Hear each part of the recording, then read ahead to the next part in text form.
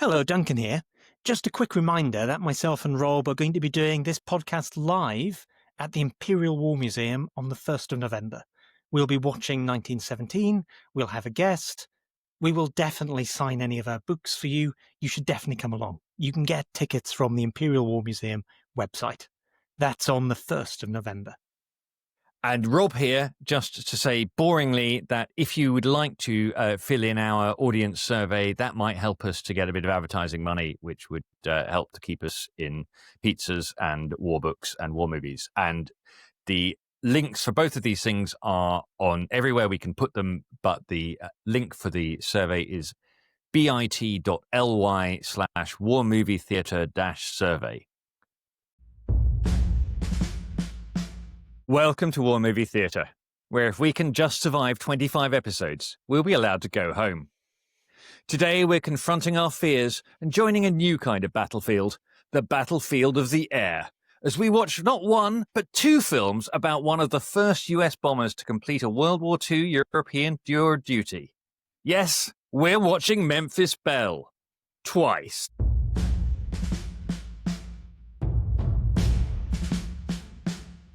I'm Rob Hutton, and having flown this far for Uncle Sam, now I'm flying for myself. Next to me in the co-pilot seat is a man whose only desire is to be able to tell the girls back home that he's killed a man. Hello, Duncan Weldon. Hello, Rob. Now, this is, in the first thrust, we're doing two films in one episode, but helpfully they're both called Memphis Belle. Yeah, does make it easier. Yeah, we're doing Memphis Belle 1990, which is the Memphis Belle, I think probably that most people think of when they hear of Memphis Belle, but we're also doing The Memphis Belle, A Story of a Flying Fortress from 1944, which is the reason why Memphis Belle 1990 even gets made. Yeah. And the good news is that although Memphis Belle 1990 is available through streaming services for cash, and the documentary, the 1944 documentary is available on YouTube and other things, and we will put a link in for that. Yeah, and this is a double first for us. It's the first time we've done two films in one podcast, and it's the first time we've done a documentary, I think. I suppose it is. Yes. Yeah. There we are. Yeah. And first time we've done a William Wyler film as well, though I think probably not the last. Mm-hmm. Duncan, any of these? Had you seen any of these before? Well, I'd never seen the 1944 documentary until actually last night. 1990 Memphis Belle, I had seen, I think, only once. At some point, I'm pretty sure it was on television and on terrestrial television at that. So presumably 3 or 4 years after it came out. So 1993, 1994. So quite a long time ago. It didn't leave a huge impression, to be honest. And I mean, to be honest, having now seen it twice, it's not left a huge impression. No. What about yourself? I mean, it's not one of our most requested films. It has been requested, but it's not one of our most requested films. I saw it in the cinema on release, and which is mainly memorable in my mind, actually, because it's the first time I think I'd heard surround sound properly used. And just at the end, when the plane, as it were, bounces over the camera, there was a sort of moment in the cinema where the wheel bounced behind us, and I think quite a lot of us went, ooh. That's never happened before. So that was slightly exciting. And I think the second time I saw it was on a plane flying to America in 1991. I was astonished that this was a film they showed. I was about to say, and this was not a plane flying to Germany. I mean, this was in the days when films actually used to be sort of projected on screens at the front of the passenger compartment. And I was going on exchange to America, I think, and that was the film they showed, about a film about a plane that might be about to crash, which seemed to be an extraordinary choice, but there you are. And I don't think I've seen it since then. So it is What? How long ago is 1991 now, Duncan? Is it 30 years ago now? Quite a long time. 34 years ago. Right. Yes. Yeah. So a little while, and I had never seen the documentary. Although I knew about the documentary because I think I saw a Blue Peter episode about the film. Can I have been watching Blue Peter age 16? I don't know. I saw something. Maybe it was a news thing. I saw some kind of news magazine thing about the film where they talked about the fact that there had been a previous film. Yes.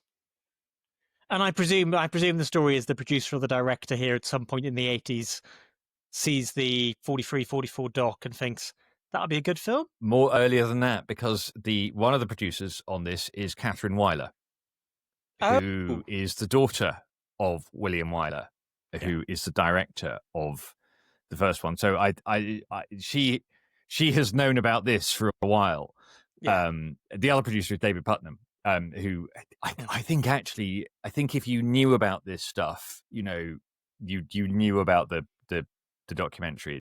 Probably if you're a cineast of that sort of thing, you probably had seen it at some point. But yeah, so I knew there was a documentary, but of course in those days there was no way to see it. And I'd always sort of had in my mind, and then I went to see the film and I was sort of baffled because I knew that I knew by that point that the plane was famous because it was the first one to have done this mission, and that it was famous because it had a documentary crew with it. And then you have a film where the documentary crew aren't there. And I was like, I thought, well, but so I was always... Because, I mean, should we talk about the film? Because it's a slightly odd film. Because like I say, it's as I understand it, apart from the name of the plane, nothing is...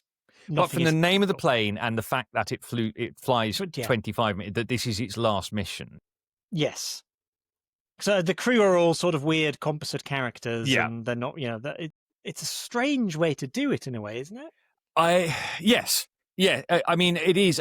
I think it's very easy to do in a pre-internet world in a way because people can't immediately go and say, right, well, tell me who was, I mean, there was just no way to know in 1990 who the original pilot of the Memphis Belle had been, or no easy way. And yeah, I mean, it is strange. Almost everything about it is strange. Basically, it does feel like they wanted to do. I think probably Catherine Weiler wanted to make a film about her father's film in some way. And because you could have made it about the people filming the documentary, and that actually would have been an interesting 90-minute film. Well, I mean, let's talk then about William Wyler, who is in his early 40s when war breaks out. He is Jewish, born in Alsace, which sort of now would make him French, but then makes him German.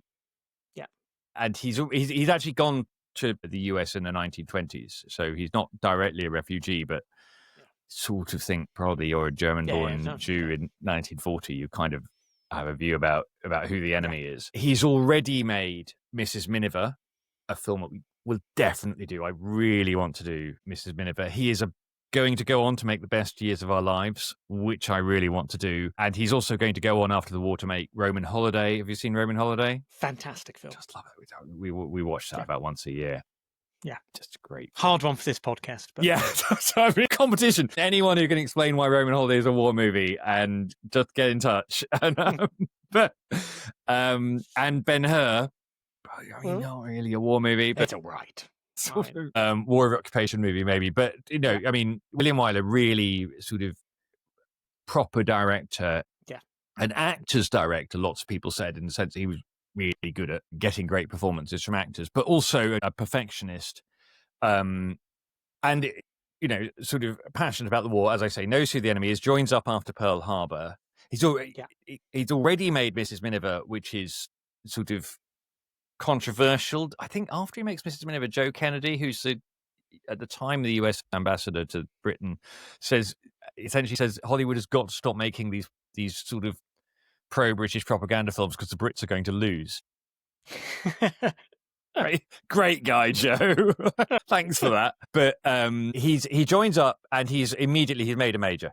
There's no sort of he got not even an hour's training. He has just told to go out and buy a uniform, and because they know what they're going to do with him, which is they're going to get him to do this kind of thing. Yeah, and he sort of. He's one of a number of Hollywood directors. Have you seen Five Came Back? No, I haven't. Right. It's a Netflix documentary about documentary makers. It's a weird way. It's what you're pitching. What Memphis Belle could have been.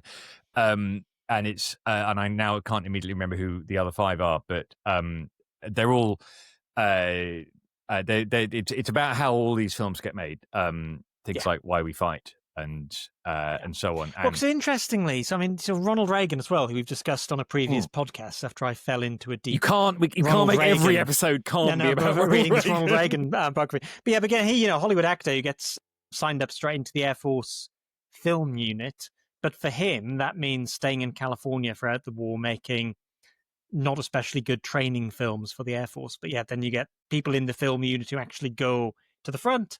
And then also, of course, you got a load of Hollywood stars who actually joined the Air Force. And actually, Jimmy Stewart, Jimmy Stewart actually, Jimmy Stewart flies. just joins to go and fly bombers. Yes. The other one, the one I didn't know about actually until we're doing Memphis Belle partly because I finally finished watching Masters of the Air, and because I finally finished watching Masters of the Air, I read the Masters of the Air book by Donald L. Miller, which was originally published under a different name, I think, but which I can strongly recommend as anyone's summer reading. There's loads in there about the Memphis Belle documentary, and I just thought that let's do this. Yeah. So that's why we're doing it. And the one I didn't know about, the Hollywood star I didn't know about until I read this, was Clark Gable. Oh, really? You know about Clark Gable? I did not know this. So right, so he's asked to make a film to recruit gunnery sergeants, and in fact, I don't think it ever gets released, because by the time it's made, they've got enough recruits. They've got too many, so they don't need anyone else. But he flies as a gunnery sergeant and insists on going on real missions, and no one believes that anyone's really going to send him on real missions, and he insists on going on them. And I think at one point, a bit of shrapnel sort of goes straight past his toe and straight past his head. Oh, and after that, people are like, okay, we take him seriously. Yeah, because ultimately, there's no way of safely going on one of these missions. Yes. If you're flying a bomber over Germany, you could get you can't could paint get a big sign on it saying this one's got the dock crew on. Yes, and actually, the U.S. Army Air Force tries very hard to stop Clark Gable flying because they're worried that he will get captured. And there's a German bounty that's to anyone who can shoot Clark Gable down. And it's amazing. It's great. And Gable says he won't bail out because because he won't be able, with a face like this. He says, "How could I escape?" And immodestly, and he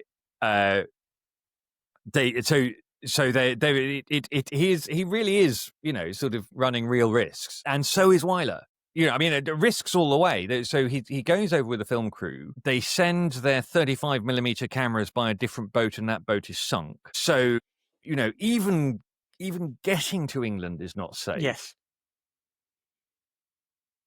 So that's why it ends up all being filmed with the 16mm cameras, because that's what the crew were carrying. One of his crew is shot down and killed, I think.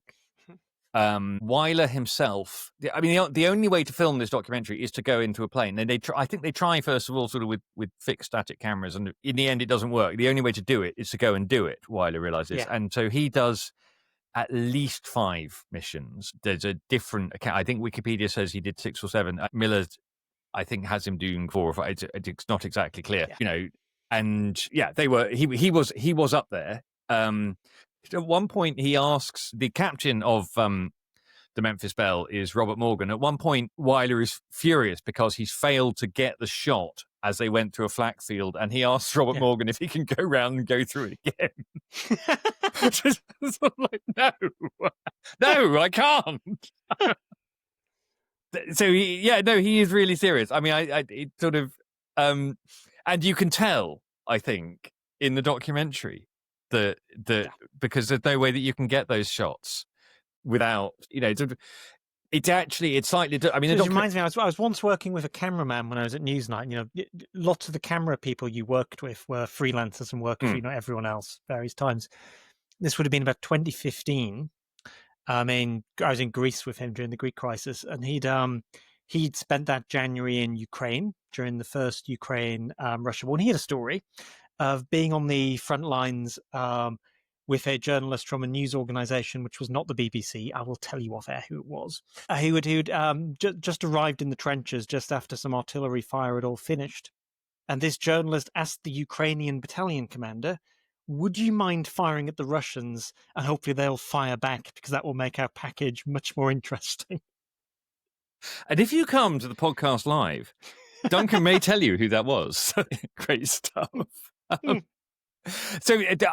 documentary, it is slightly false in the sense that there are several missions that they film. Early in the documentary, it tells you which mission they're on, and actually people have worked it out that they're on several missions, and I'm not sure that they were ever on that mission. And that mission, that sort of great bit of Dad's Army infographic thing Yeah. suggests there are 1,000 bombers in the air, and there weren't 1,000 bombers in the air. And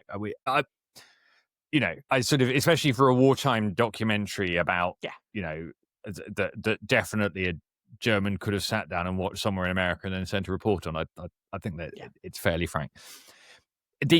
But this is Wyler's skill as a storyteller. They're doing their early filming on a bomber called Invasion 2, and Wyler, he's not happy with it, and they drive around the airfield looking at the other bombers, and all the American bombers have got this amazing nose art, which the RAF don't have, the Marine Corps don't have it, but the Americans do, and because a lot of these are young men far from home, young horny men far from home, and a lot of them are pictures of dames, and he sees the Memphis Belle, and he says, "That's it." He sees the picture, he sees the name. He finds the pilot, and Robert Morgan, who is the pilot, says, "Oh well, it's named after my fiance," and Wyler's just like, "Now I've got a story," But they have to, the bit of the story that he wants is them successfully landing and getting to go home, and that can't be guaranteed. Yeah, no. So, So Morgan meets. I'm just going to sort of quote extensively from the book. Morgan meets Wyler, and Wyler told Morgan he wanted to fly with him. I told him okay, recalled Morgan, if he didn't get in the way and get all of us killed. I got to like the guy. He had guts and passion, but he did get in the way. Whenever the Belle came under fire, Wyler would erupt, scurrying around the plane, a portable oxygen bottle in one hand, a small camera in the other, pointing excitedly at flak bursts or incoming fighters. Because it's so cold up there, his cameras freeze up, and so he's got two cameras, and when one camera freezes up, he'll put it inside his flight suit to warm up, and he'll pull the other one out and carry on.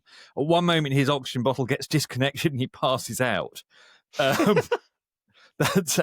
And there's a bit right at the start. Make the film about this. This is the film. There's a bit right at the start of the documentary where they're doing the takeoff, and you look at it, you think, hang on, they're filming from the ball turret. Yeah. That's the only way to do it. And you weren't allowed to sit in the ball turret during takeoff because it's too dangerous. But Wyler sits in the ball turret because that's where he can get that shot from. Yeah. So, and when the Memphis Belle lands from its 25th mission, and Wyler runs over to congratulate Morgan, and Morgan says, "Well, what would you have done if we hadn't come back?" And Wyler says, "I've got a lot of footage of Hell's Angels, which is the other plane that in fact has finished at 25." But Hell's Angels is not as good a name for a plane as Memphis Belle. It's because you're making this film about boys far from home who are fighting and about them coming home, and Memphis Belle is just a better title. Yeah. So yeah. So that's the film. That's the film they should have made. They absolutely should have. So what actually happens? Right. So there's the documentary. So what happens when this film is made in 1990 or the late? Is it just that? What it comes across to me as a sort of very generic film about the US Army Air Force's bombing campaign of Germany, which is a really interesting story, but it feels like a load of composite characters flying composite missions, and I think this might be a good moment to go to the after action report, shall we? Let's go to the after action report.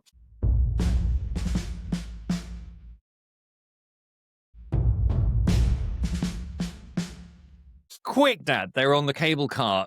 This film opens with the most amazing, as you say, generic, here, Bob stereotype. Tell me about the crew. Well, we've got the Irish one. I mean, he literally almost says, there's a couple of points he says there's always an Irish one, there's always, it's like, it's more than lampshade. I watched this film 72 hours ago. I would struggle to tell you the names of any of the characters. I sort of remember it in terms of roughly, and I mean very roughly, what they all do in the plane. Yeah. And even then, it's roughly. I get a bit confused who was who at different times. Yeah, no, completely. I think it did. I mean, there is not very much characterization. There is not very much characterization. There is no there is sort of character development, not really character. I mean, as the Roger Ebert review on the 1990 film is quite good. He gave it 3 out of 4 stars. But he also says that, there's not a moment in this film that the audience couldn't predict. Yes. And I say that as somebody who the surround sound for me watching it this time was voices behind me every time someone appeared shouting, "He's going to die!" It wasn't until I thought about half an hour in, I said, "Look, they're all in the plane together. They either all die or none of them die." Basically, yeah, hell of a twist ending, wouldn't it? I mean, doesn't it? Yeah, it's I mean, if they could have had a black sergeant that they killed in the second reel, you feel that they would have done. So it's oddly sort of. I mean, I remember enjoying it in 1990 as a teenager, partly because it was what it had going for it, I think. It's quite an impressive production in some ways. And compared to war movies that we had seen at that point. Yeah. I mean, obviously, you've got things like Platoon and so on have just been coming out, but then in terms of World War II films, if you're basically sort of with a previous generation where it's less good color stock. The special effects in this are not amazing, but the special effects in this are better than they are in, say, Where Eagles Dare or something. Yeah. So I think that's why it was sort of like, well, this is sort of it's a war movie made to 1990 standards, and so I think that's one of the reasons why it did okay. And it's a rare World War II movie in an era which is really something of a sort of a dearth of World War II. Yeah, it's a great World War II movie 90s. desert. Yeah. Sort of since A Bridge Too Far, there haven't been a lot. Yeah. And there won't be until Saving Private Ryan, which is sort of another 7 years. So by which time, of course, the special effects have just got that much better in so many ways. Yeah. And also it would seem the ability to write a script which has characterization and development. I'm not going to defend. I mean, it's fine. What makes it work? And I would say I'm in this film from the moment the wheels leave the ground. Agreed. I think all the plane stuff is terrific, and you can tell they're using real planes because they fly like real planes. I mean, I would have sworn that they have 3 real planes. I've checked, and apparently they have 5. That maybe they didn't have 5 altogether, and one of them does crash on takeoff, and then they only have 4. But the real plane stuff, I just think works incredibly well. And there's various moments where I think they're recreating various shots from the documentary, which works. And, I mean, you can call me in from when the wheels are up, but I think if I was being more ruthless about how much of this film I was going to watch, you would call me in from after they've done the bombing and for the return flight. Right. Okay. Which I think is a more exciting bit of cinema. I mean, I enjoy the bombing. I think all of the. I think in a way, you've got this structural problem that they're all supposed to be wearing face masks and tin hats. So actually, it's interesting watching a documentary. In the documentary, the pilots put on tin helmets. Yeah. Which of course you would, because the Luftwaffe are flying the best. The Luftwaffe have worked out that the best tactic for taking on a B-17 at this point in the war is to fly directly at it head on and try and kill the pilot. Yeah. So if you were flying one of these, you'd wear a helmet.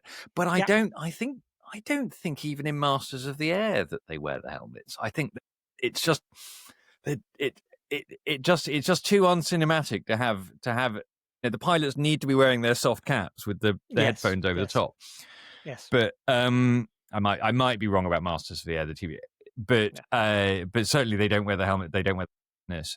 They are wearing their helmets in the second episode of Band of Brothers, which I recently rewatched. What the bomber pilot for the airdrop? Yeah, the transport pilots for the drop on France in the second episode, which is while we're on it, which is only, I suppose it's 10 years after this. Yeah.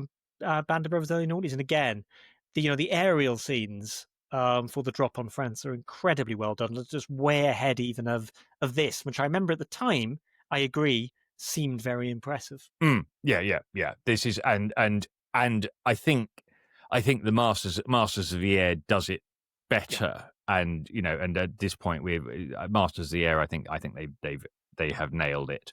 But this I think is really good. And the one thing about this is there is just something about the way that real planes take off and land, and the sort of, and which you can see in the documentary, the sort of the wobble as they come in and try to keep straight and all of that stuff. Which if you've ever been on a plane that's landing in crosswinds and this kind of thing, you're aware that it's not a beautiful thing. I think all the crew dynamics. I mean, again, it's Harry Connick Jr. I basically know the ones I recognize as actors, or for other things. But I like all the childish stuff.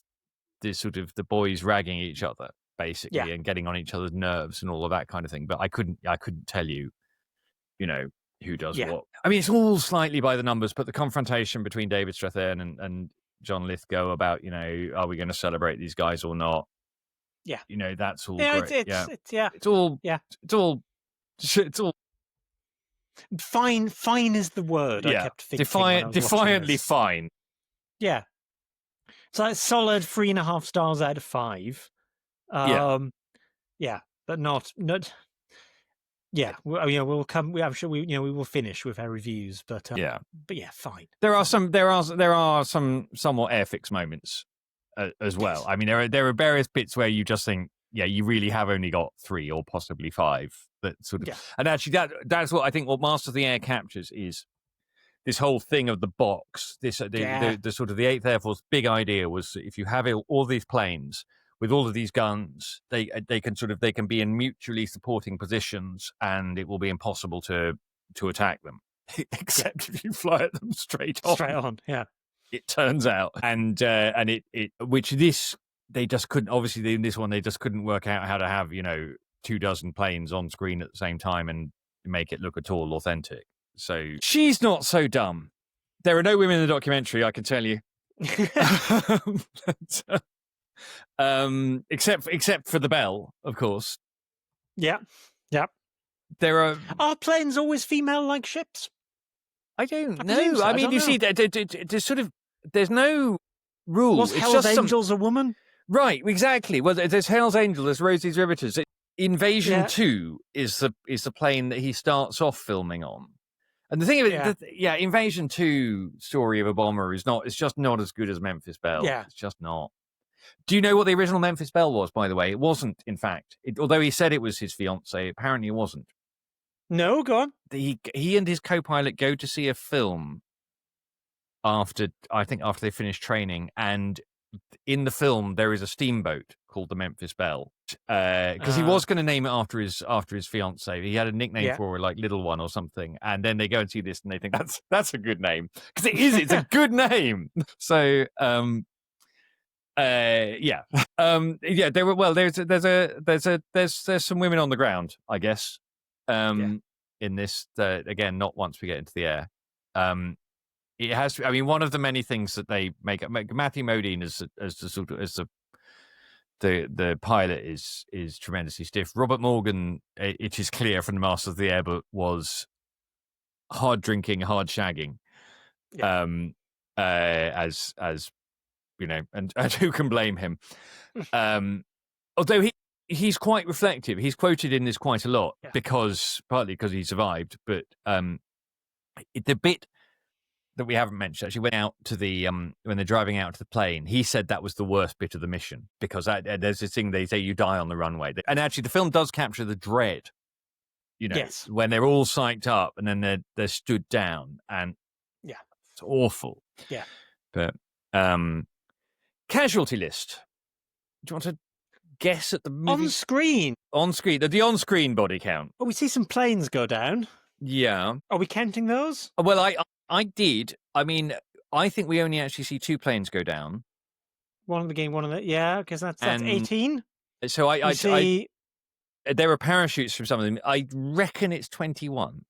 21. I was surprised at how low that was. Yes. Well, we're not counting the actual bombs. We dropped. don't count the bomb, no.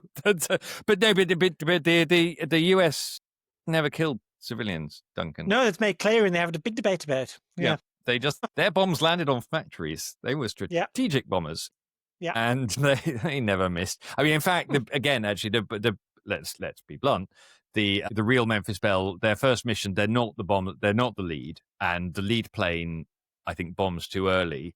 I think they're going after submarine pens, and of course, everyone follows the lead plane, so everyone bombs too early. Though probably, I think that means that they mainly hit water. I'm not quite sure, but that's sort of an early disastrous mission. Cooler King Award.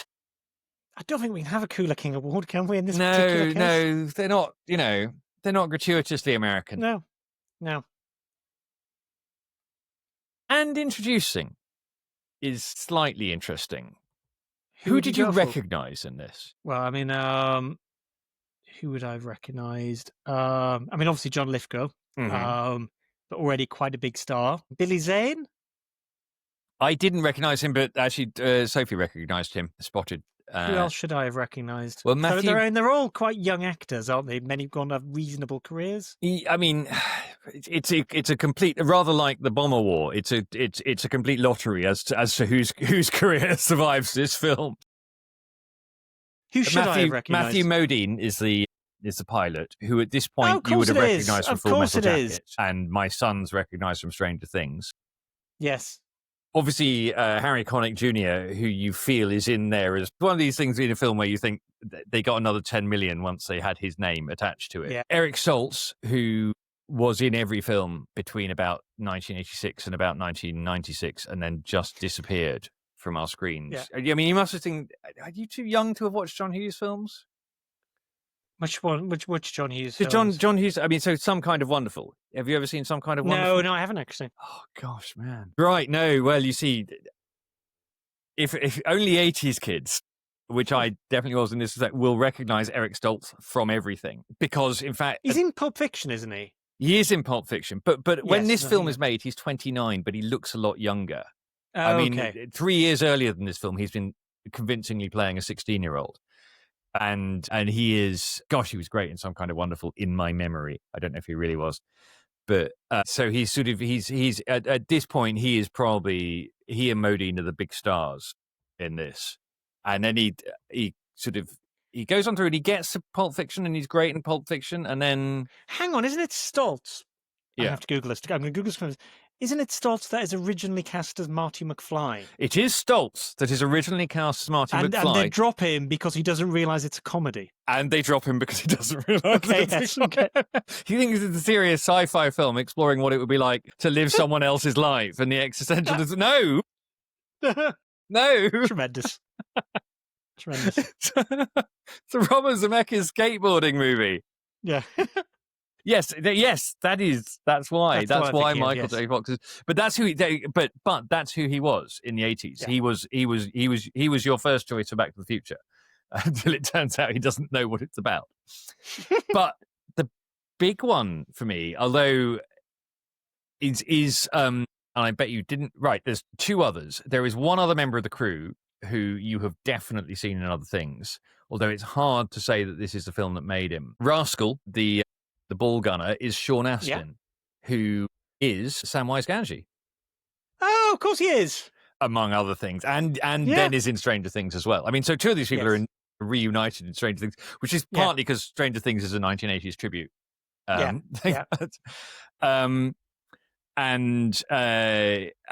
the other one, the one that I would not have got without looking at the credits, is the girl in The Bomber who deflowers Virgil, is Jane Horrocks.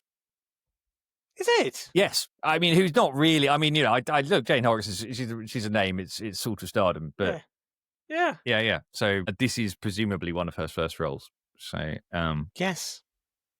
I wouldn't have known. No. Best death. Well, we don't really have much competition here, do we? No, I mean, Sophie nominated the tomato soup. Because which actually is the odd thing is, although I haven't seen this film for nearly 35 years, there are bits of it that are stuck in my mind, and the tomato soup bit of it is completely stuck in my mind. the other bit of it that's completely stuck in my mind is what's probably the winner, which is Mother and Country going down Yes. and getting chopped in half and listening to the screaming, which is sort of Yeah, I think yeah. I mean, I could have, despite not having seen it for 30 years, I could definitely have told you the name of that plane beforehand. Yeah. Best meme? I mean, I haven't got one. Oh no, I don't have a meme at all. I don't have a meme. I mean, you could go for the same. You could go for the Mother and Country getting cut in half. I don't know when you'd quite use it, but no, it's certainly memeable. And I don't really have a stiff upper lip. No, the characters aren't developed enough to have a stiff upper lip. No, that's the thing. I mean, what they really aren't.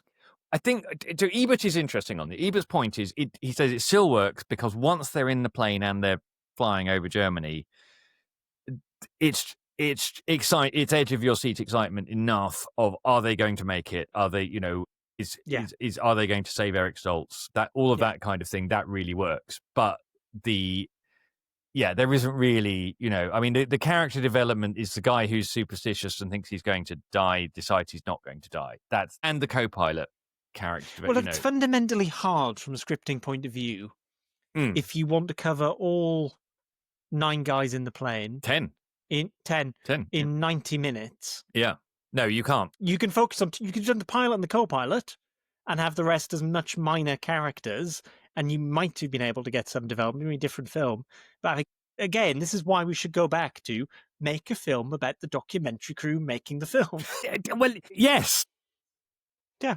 You can do that in 100 minutes. Well, and then you get, I think, obviously, the thing is they don't want to just do the pilot because they want to say, look at the gunners and, and look at the bombardier and so on. And you want to say this is a whole crew. They do it, which is very much the spirit of the documentary. Yes. And which the documentary managed to do in 40 minutes. I mean, the documentary, I really, if people haven't seen the documentary, cannot recommend the documentary enough. We're not going to do all the categories again, but the moment in the documentary where they talk about in that, and don't forget this is all real. They've got the crew being taken off the planes, and one of them is on a blood transfusion, and the voiceover says, "This blood could be from a high school girl in Illinois. It could, or it could be this, or it could be your blood."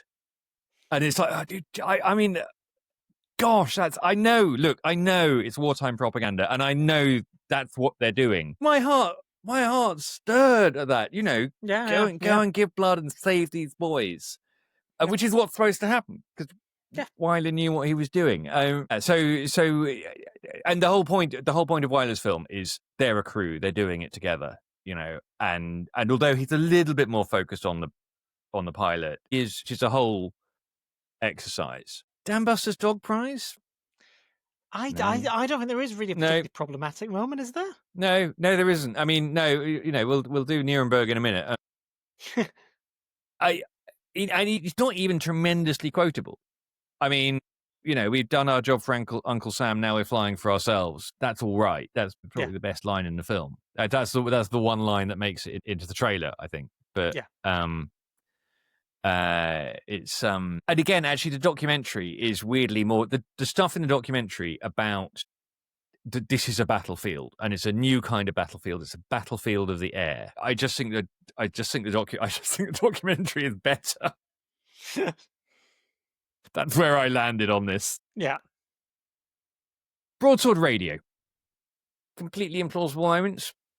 I mean, we've spoken about how this is sort of a composite, isn't it? I think the producers would presumably argue that everything that happened to some plane at some point in the Air Force, which is fair. That's what they're trying to do. But... And actually, some of the shots. So the tail damage that the Belle lands with in the film, in the documentary, there is a plane with that tail damage. Landing. So the sort of there are various bits there because I watched them back to back. There were various bits where watching the film where I thought, I've just seen that in a documentary. Yeah. And so all of that. So I mean, I don't understand why you'd lie about 4 years of medical school. If you've done 2 weeks of medical school, that gets you into officer training, surely. It's strange. Yeah, except for plot reasons. I don't see why. And if you have only done 2 weeks of medical school, you cannot, in fact, through self-belief, perform, surgery or anything else. It's not just self-belief they teach you in those 4 years, Duncan. It's quite a lot of anatomy in there as well, especially in a time before the easy availability of WikiHow. I mean, actually, again, the Masters of the Air book is fascinating about how they develop on-plane medicine. And all of the difficulties. I mean, one of the various bits in the film where you see people sort of doing things without gloves, and the thing that you learn from the book is that if you touch metal without gloves at 25,000 feet, you lose your finger. Judgment at Nuremberg. Are there war crimes? I mean, there aren't war crimes because there are civilians down there. There are war crimes. No one has been. No. There's. I mean, legally, no. I mean, again, it's the classic one, isn't it? That had the other side won the Second World War, would these have been considered war crimes? Is a tougher question. Not by the US, because it's very clear in this film that the US only bombs factories and never hits civilians. And it's ridiculous. And I do find it quite. I mean, just by the by, and I'm sure we will talk a lot more about this in the coming question. But by the by, I do find this occasional contrast you get between, descriptions of precision day bombing by the US Army Air Force versus sort of nighttime area bombing by the RAF. I mean, we're using a very loose definition of the word precision. Mm-hmm. And when we're talking about precision bombing by the US, I mean, the British, sort of the euphemistic term used by Bomber Command was dehousing German workers. Yeah. The target was the housing, not the people in the housing. Although, but the Americans often if you hit the houses, you do hit the people in the houses. Yes. As it turns out. But the American bombing was not as precise, certainly not as portrayed in this film. Now, the idea when they have this sort of, moral dilemma of we can't drop the bombs in the wrong place, we'll hit civilians. You're like, what? Yeah, I mean, I did it while I was researching a book I didn't write about the Battle of the Beams, and this sort of the Germans very early in the war have developed a radio navigation system that basically they can place a German bomber within a few meters over London by early 1941. It's incredibly, and they can do this at night, so you don't need to be able to see the ground or anything. Yeah. And one of the sort of problems I discovered, apart from the fact that somebody else was writing the book, and it's very good, and it's called The Battle of Beams, and I recommend it, was one of the things I realized was that even if you can get a bomber in the right place 4 miles off the ground, by the time it's dropped the bomb, we're not dropping cruise missiles down people's chimneys at this stage in the war. Even if you can get him in the right place going at the right speed, there's just an awful lot of variation between the bomb bay and the ground. You can't. I mean, the RAF regard it as a hit. I think if you get within 5 miles or something, there's some ludicrous. Definitely, I think in the middle of the war they discover what the RAF definition of a hit is, and it's like, well, that's. It definitely doesn't mean that you hit anything. I think sort of you hit Hamburg. I mean, in early in the war, the RAF are struggling to hit the right country. So the Americans have got this thing of the Northern Bomb Sight, which they have convinced themselves that in the 30s will allow the line is that you can drop a bomb in a pickle barrel. So accurate is it, and it is rather like the beam thing. It is incredibly accurate, far more accurate than anything else. It's just not accurate.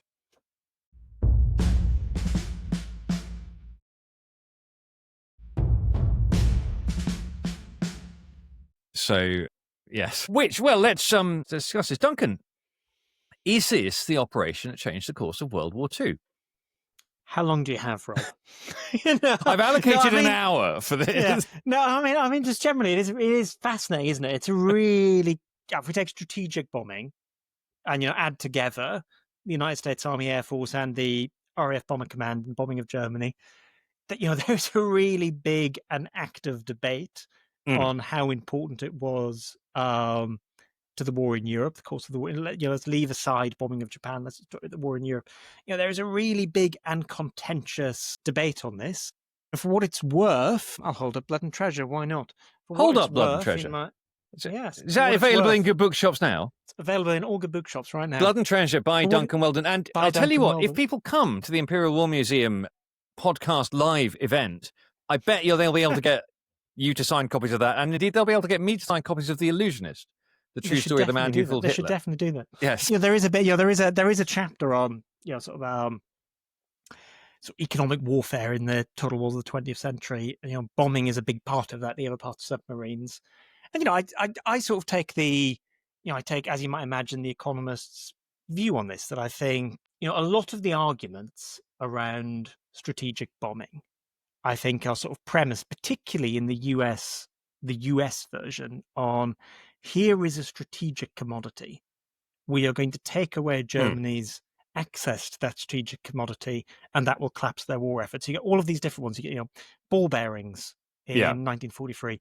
That they look at the input-output tables for German industry. They're like, okay, ball bearings are used in all sorts of machinery. If Germany can't produce ball bearings, then their war economy collapses. So we have the Schweinfurt raids, and we destroy ball bearing production in Bavaria.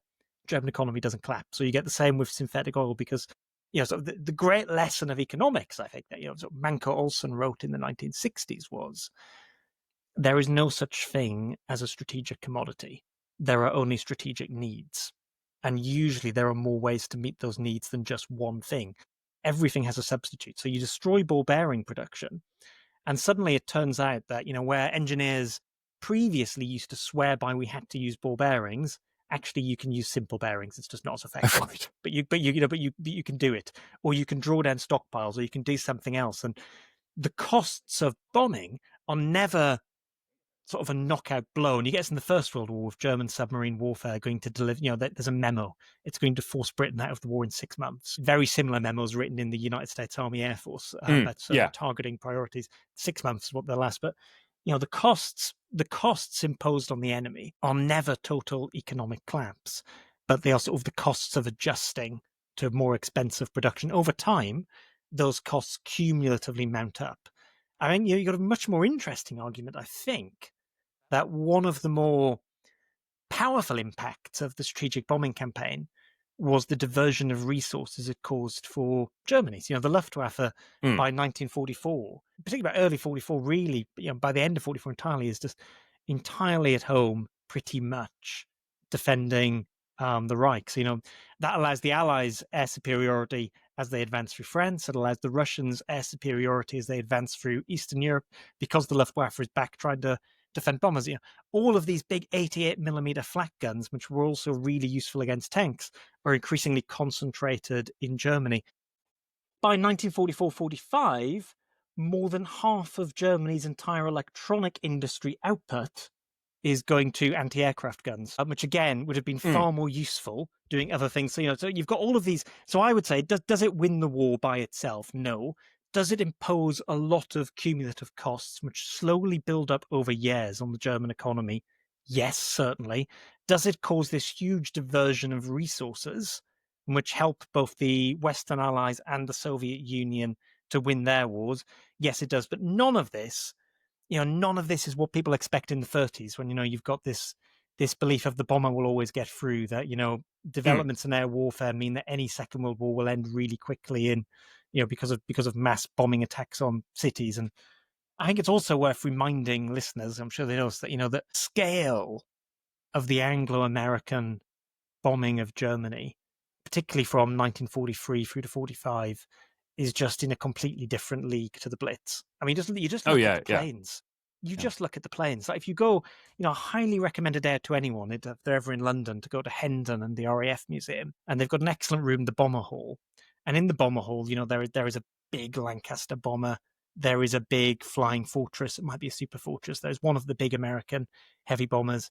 And then there's your sort of German bombers of 1940. The twin engine bombers, the Heinkel twin engine bombers. And I I say the bombing was on a different scale. The planes were on a different scale. Yes, and when you see them in the same room, they have no 4-engine bomber. It's certainly in the Blitz, and we have, it's a different factor. I mean, and the Miller argument on does it alter the war is, in the first place, putting the bombers over Germany forces the Luftwaffe fighters to come up, By this stage, the Americans have got a long-range fighter that can come, the P-47s that can come and, is it the P-47s? What do you mean the P-47s? Yes, I think so. The Americans got a long-range fighter that can come and destroy the German planes when the German planes come up, and that means that there are no German planes to fly over the beaches of D-Day. You know, which so the Miller argument partly is all these things work together. Yeah. I mean, he thinks you could have, and they pretty much had destroyed oil production. Hang on, they did by the and Walt Rostow. Walt Rostow is the huge advocate of this at the Air yes, Force. I think that's who he's quoting. Yeah, I mean, Walt Rostow's obsessed by this. I mean, Walt Rostow. There's a whole chapter on Walt Rostow in my book. Walt Rostow's obsessed with bombing as a tool of policy, both now and both then and in the Vietnam War. But I think slightly the Miller argument is very specifically the Memphis Belle is flying in 1943, and it's quite hard to argue that anything the U.S. Air Force is doing in 43 is changing the course of the war.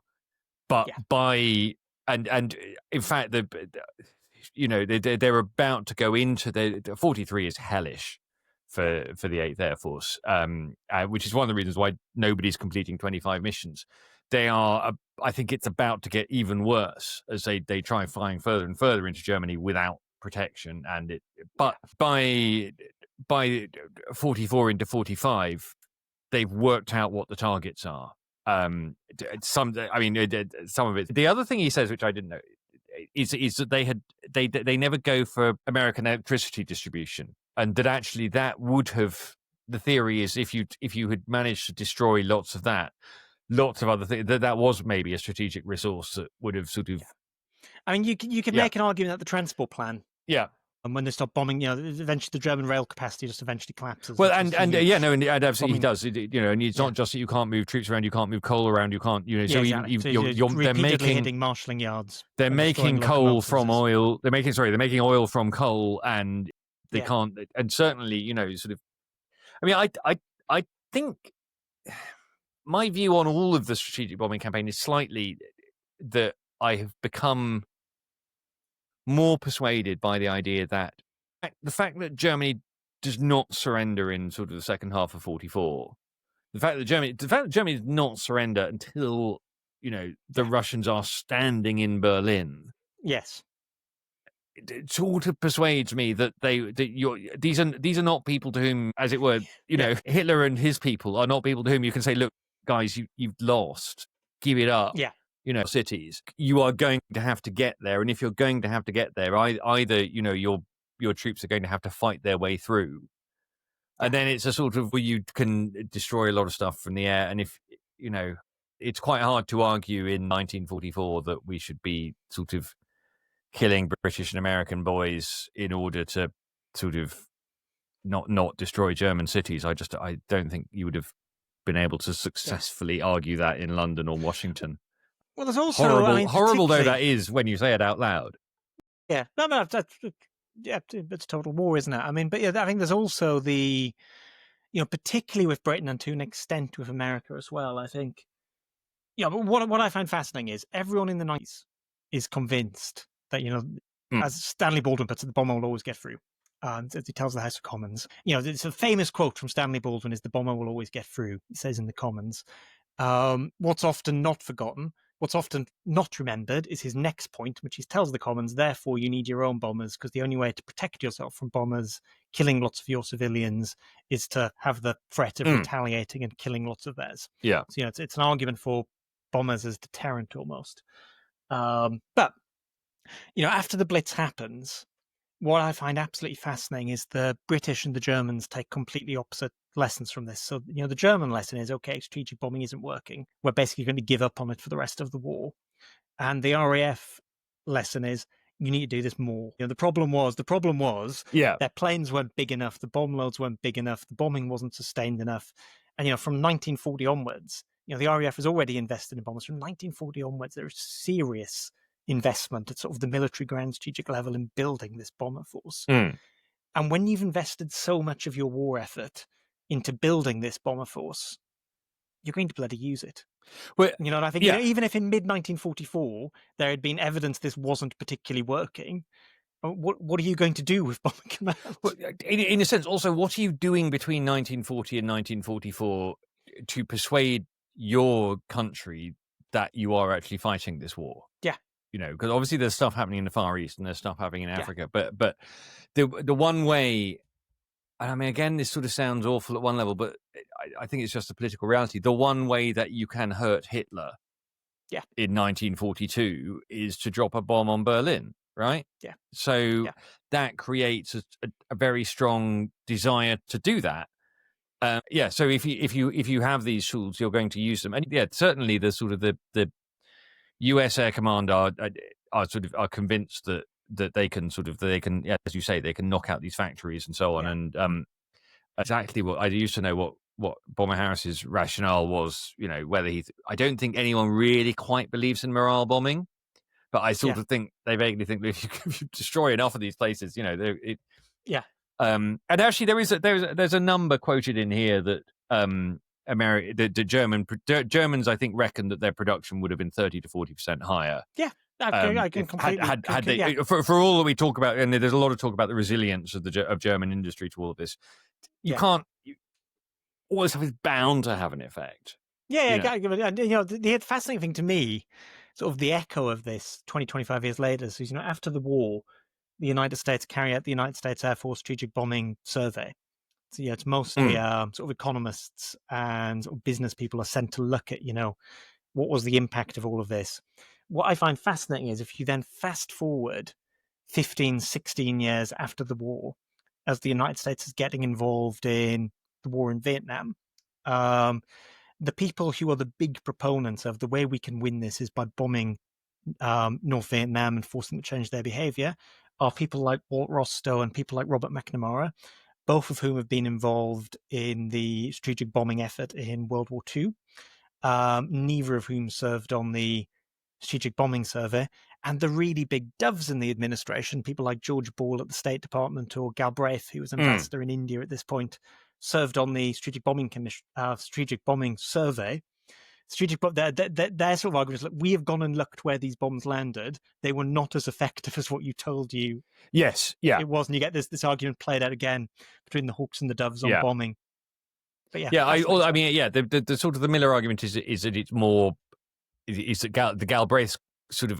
Galbraith's conclusions in 1945 are not what Galbraith said Galbraith's conclusions were sort of 20 years later.